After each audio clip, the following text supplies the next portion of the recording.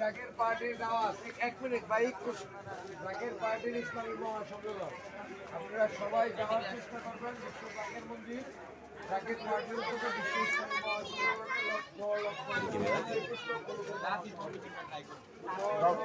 অলি আল্লাহ করবেন আল্লাহ রহমত বর্ষিত সবাই জাকের পার্টির সম্বন্ধে দাওয়াত হইল জাকের পার্টির মার কাছে গোলাপ জাকের পার্টির 3